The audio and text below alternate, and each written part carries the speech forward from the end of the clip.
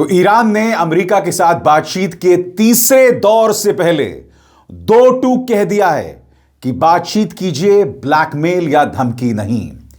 क्योंकि ईरान ये बयान क्यों दे रहा है मैं आपको बताता हूं दोस्तों। क्योंकि अमेरिका की तरफ से ट्रंप के जो वार्ताकार हैं स्टीव विटकॉफ, उन्होंने CNN को दिए गए इंटरव्यू में कहा है कि मैं इस बात को समझ नहीं पा रहा हूं और अमेरिकी राष्ट्रपति डोनाल्ड ट्रंप ये बार बार कहते हैं कि हमने ईरान की घेराबंदी की हुई है, बावजूद इसके ईरान नर्म क्यों नहीं पड़ रहा, ईरान झुक क्यों नहीं रहा। सुप्रीम लीडर खामेनी ने कहा कि आपको समझना पड़ेगा कि ईरान अलग मिट्टी का बना हुआ है, धमकी या ब्लैकमेल के सामने हम नहीं झुकने वाले हैं। यह बात अमेरिका को समझनी पड़ेगी। सबसे पहले आपके स्क्रीन पर यह हैं ईरानी विदेश मंत्रालय के प्रवक्ता इस्माइल बागची। मैं आपको बतलाना चाहता हूं कि स्टीव विटकॉफ के बयान पर दरअसल उन्होंने क्या कहा। आपके स्क्रीन पर विदेश मंत्रालय के प्रवक्ता इस्माइल बाकई ने ईरान और अमेरिका के बीच चल रही न्यूक्लियर बातचीत पर बोलते हुए कहा कि अगर कोई भी बातचीत पहले से थोपे गए फैसले या पहले से बनाई गई राय के आधार पर शुरू की जाएगी तो उसका कोई नतीजा नहीं निकलेगा।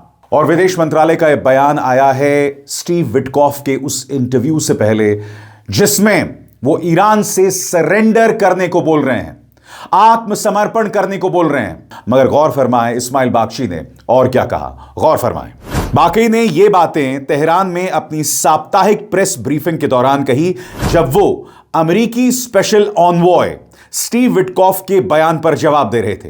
2 दिन पहले CNN को दिए गए इंटरव्यू में विटकॉफ ने कहा कि राष्ट्रपति डोनाल्ड ट्रंप हैरान हैं कि आखिर ईरान अपने न्यूक्लियर प्रोग्राम को लेकर सरेंडर क्यों नहीं करते, जबकि अमेरिका ने उसकी सीमाओं के पास भारी सैन्य तैनाती कर रखी है। इस पर बाकई ने कहा, यह पहली बार नहीं है जब हमने ऐसे उलझे हुए और विरोधाभासी दावे सुने हैं।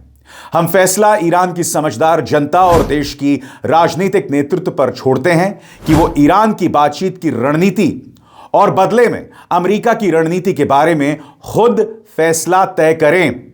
कोई भी बातचीत अगर पहले से थोपे गए बोझ और पूर्वाग्रह के साथ शुरू होगी तो वो स्वाभाविक रूप से किसी नतीजे तक नहीं पहुंचेगी। उन्होंने साथ ही कहा कि न्यूक्लियर मुद्दे और प्रतिबंधों में राहत को लेकर ईरान का रुख बिल्कुल साफ है और देश को अमेरिका के स्टैंड का भी पूरा अंदाजा है।